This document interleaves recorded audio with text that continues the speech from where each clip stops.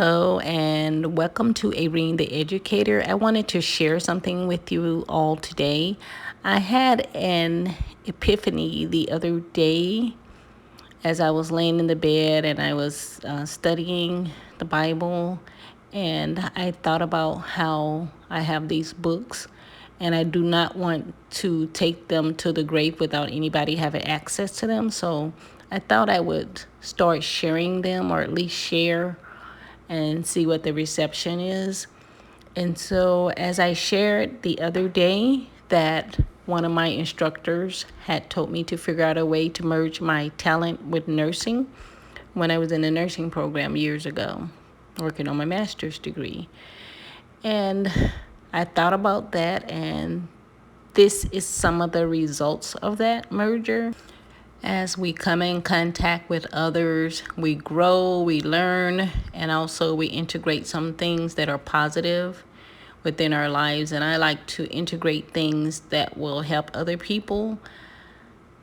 Initially, the adventures of Dr. J.B. Key's medical examiner was going to be these two young teenagers, like superhero characters. But then as I learned and came in contact with other different people, I decided to present it in a different way, where the main character will be someone what you see now, what it has evolved into. So hopefully you like it. And like I said, I had an epiphany. I did not want to have this work going into the grave with me whenever I go. Hopefully it's not too soon or it's not soon. But I just thought that I wanted to share this with everyone. It doesn't make sense to have this creative work and then just have it sitting there. So hopefully you like it, and put a comment if you do. If you don't, then put that comment too, because there's room for growth in everything. So thank you for stopping by. And I am going to do the introduction. But before the introduction, I'd like to read this short announcement about copyright and also sharing my work. Thank you.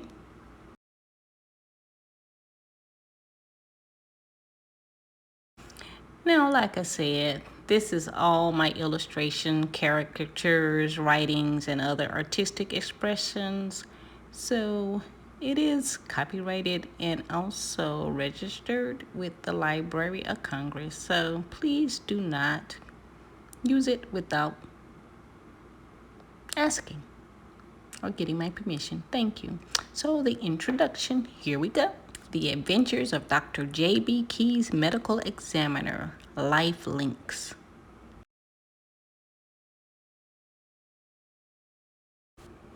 From the moment we take our first breath until the last, our link in a chain reaction begins.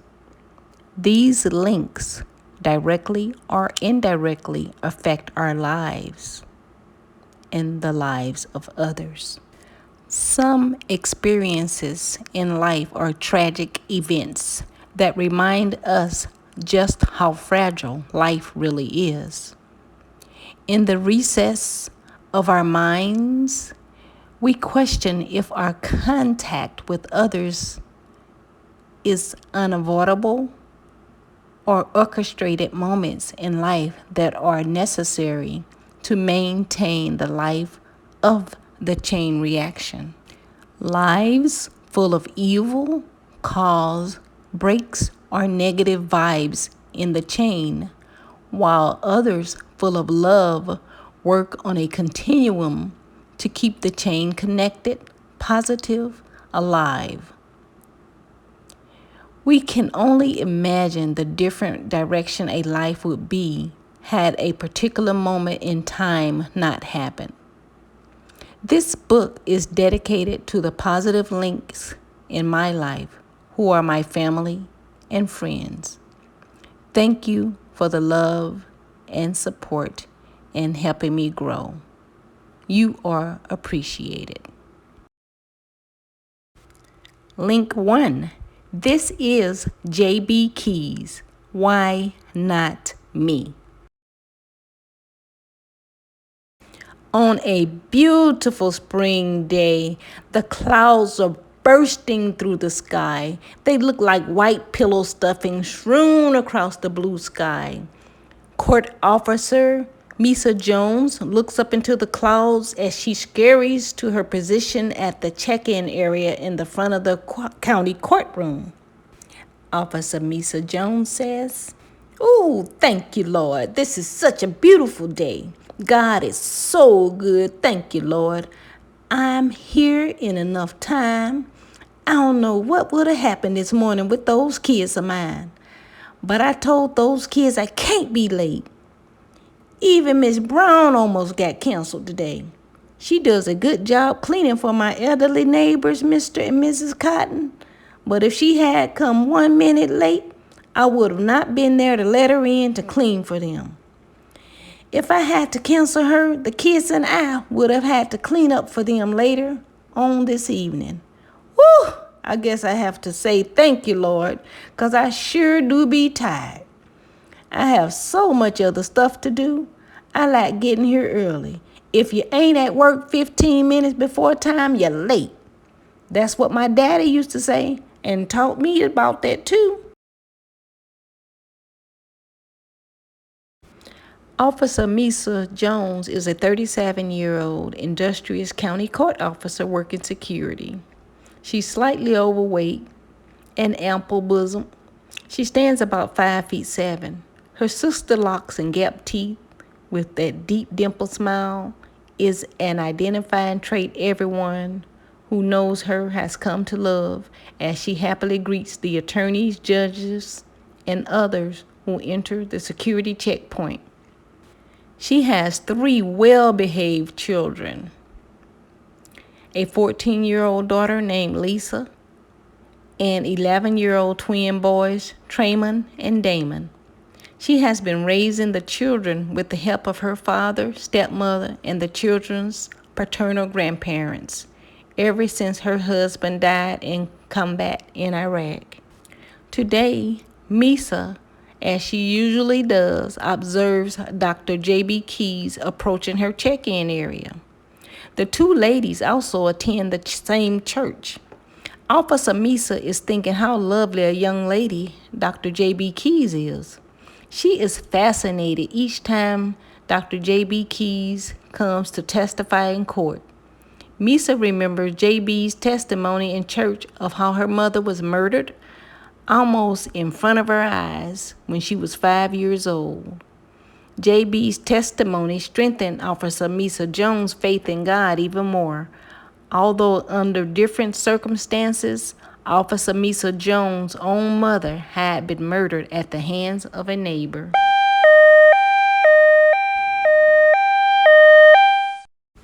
Her mother had been chasing after her married lover. He had expressed to her that he would never leave his wife and kids for her. Her mother even tried to bribe him with claiming to have kids by him. When that did not work, her mother relocated to a neighborhood close to the married man. Misa's mother's neighbor hated her because he blamed her for the increased rats and roaches he saw at his house. He often reported her, but nothing was done.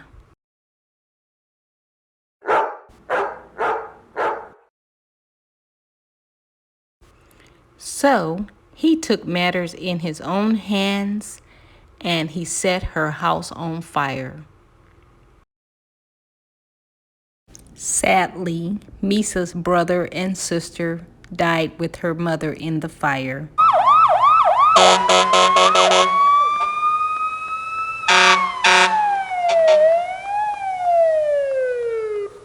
It took a lot for Misa not to have bitterness against her mother. She often found herself asking God why her mother could not have been a decent woman. After all, her mother's own mother was pretty decent. Yet, Misa was grateful for learning there are consequences for disobeying God, and she was determined to never be like her mother. She felt blessed to be raised with her father and stepmother. After Misa Jones married Sergeant James Jones and had children, she did daily affirmations of her stance to be good in being a wife and mother who would raise her children in the church. As Dr. J.B. Keys approaches the check-in area, she is greeted by Officer Jones. "Good morning, Dr. J.B. How are you this morning?" Dr. J.B. Keys replied, "Good morning, Officer Jones. I'm great. How are you?" And then Officer Jones answered, "Oh, I woke up this morning really happy when I saw that beautiful sun shining through those pretty white clouds this morning.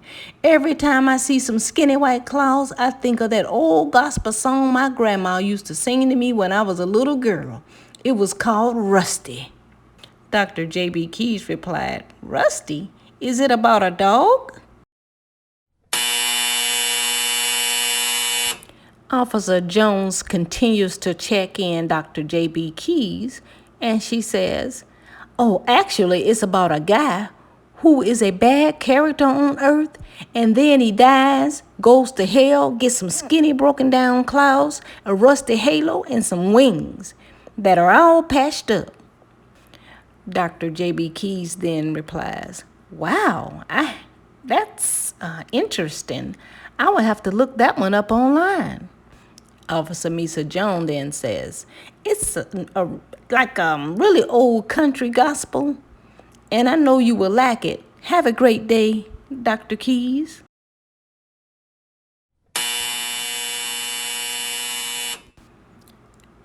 Officer Misa Jones starts thinking about how much Dr. J.B. Keys has accomplished, being only 27 years old, and she's already the medical examiner.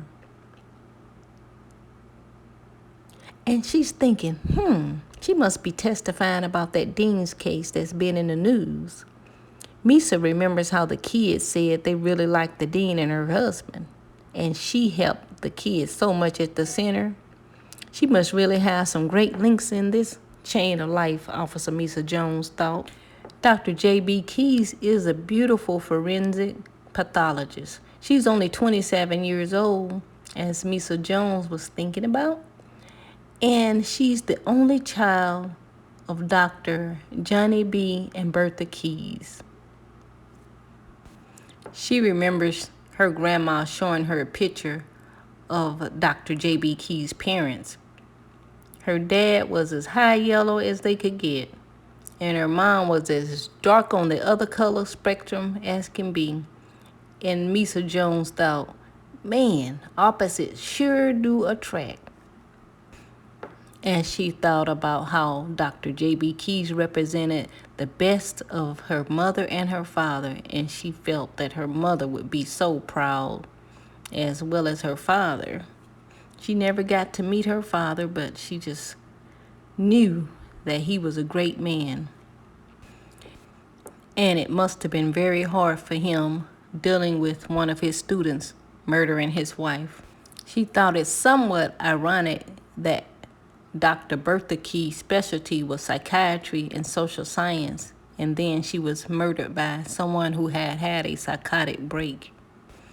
Minister Cece and her husband Robert did a great job raising JB from the age of 5 when her mother was brutally murdered.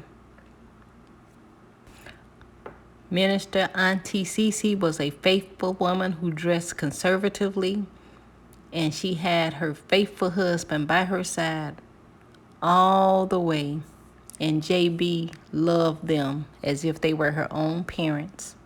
They never took the place of her parents, but they stepped right in there, and she appreciated it. Auntie Cece and Uncle Robert still looked the same except for the slight gray hair that they had, and probably only about 5 pounds that they gained each. They believed you had to eat right, live right, and you stayed right. And that's how they raised JB.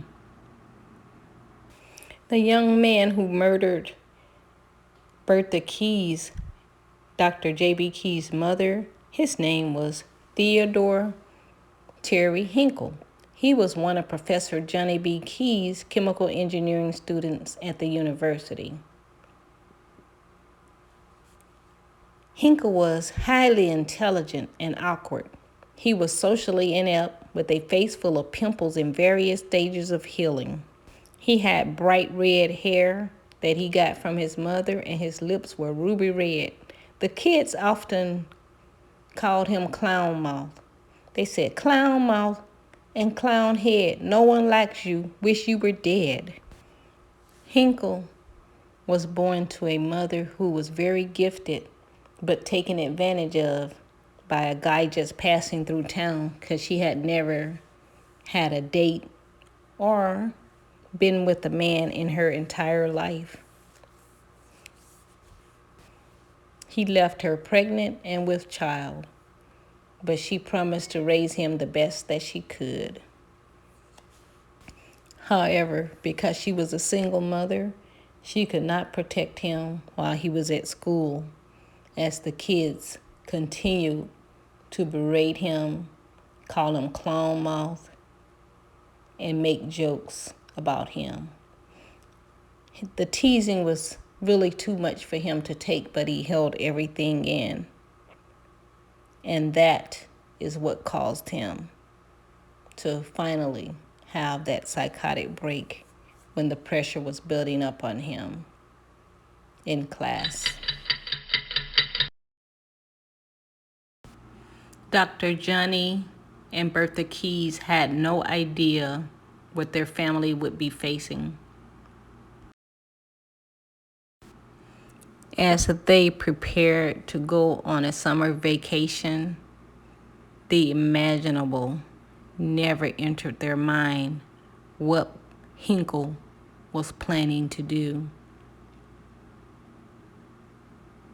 This was finals week, and the pressure was building, and Hinkle felt he had been disrespected enough and he must do something.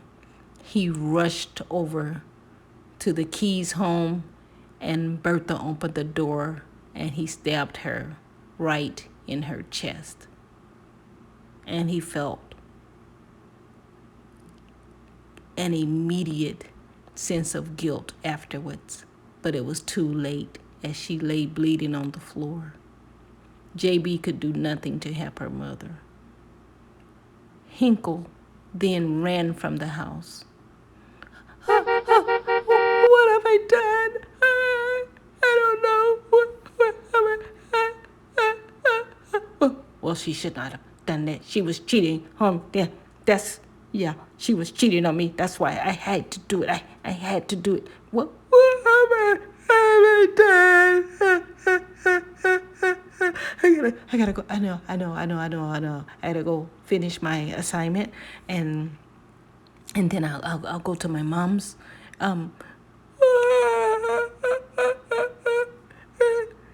Hinkle was just having a complete meltdown, but it was too late. There was nothing that could really be done for Dr. J.B. Keyes. The neighbors heard the noise and they came rushing through. They took JB into their home to try to comfort her and keep her safe. Although JB, with her little hands, was trying to help her mom, there was nothing that she could do. So the neighbors, Mr. Harris, he called the ambulance and then tried to contact Professor Johnny B to tell him what happened and that he needed to get to the hospital as soon as possible. As Dr. Keyes arrived to the hospital to get to his wife as soon as possible, he was greeted by his childhood friend, the trauma doctor, Rodney Roadrunner Ross, and also Detective Fitzgerald. And Dr. Ross informed his childhood friend that it was too late. Dr. J.B. Keyes screamed out, "No! No!" Theodore Hinkle was confined to a California Institute for the Criminally Insane.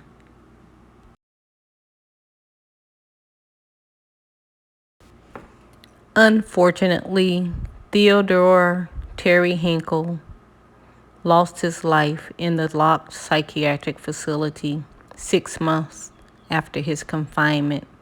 He was killed by another patient before he could stand trial for the murder of Dr. Bertha Keys. And since he never got to go to trial to be found guilty of the murder, Dr. Bertha Keys' murder to this day is still listed as unsolved.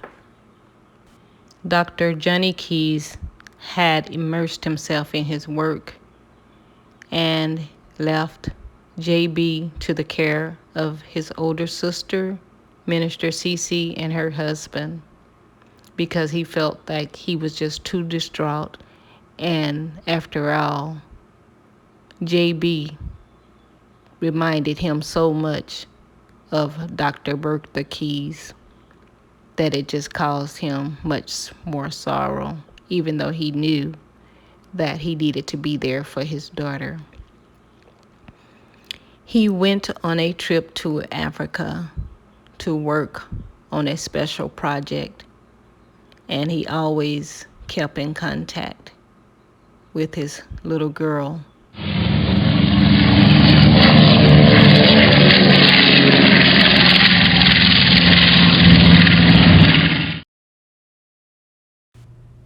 JB had counseling, attended work groups to help others who experienced similar traumas as hers, and also focused on her schoolwork to help with her mind being occupied away from her thinking about what happened during her childhood. She remembered the words of her mother when she tucked her in at bed at night. "Sweetheart, always remember to do something good for others. Leave your imprint of good on this world, and it will live forever."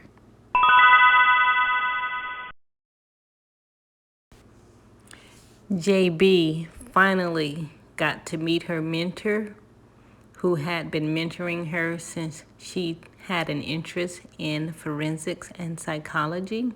Dr. Mac Williamson and his wife had been in contact with JB, and she often talked with them over the phone. She thought, "How funny. I never knew he was this short, and his white, fluffy mustache looks even thicker in person." Dr. Mac Williamson and his wife loved JB as their own because neither had a child of their own. And this is why when JB reached out to them, they accepted with pleasure to be her mentors. In fact, Dr. Mac Williamson's wife died a few years before JB attended college, and she made sure that her husband was to continue on mentoring JB. He had also helped JB during her undergraduate classes, and now she was getting her doctorate as she presented prison think distress syndrome. As you see, diagram A is before the prisoners actually enter into prison for their term of service. And then if you look at diagram B, it is after they come out. And then when you see diagram C, it is after formerly incarcerated persons have received intensive rehabilitation. As you can see, what happens to the brain in this MRI.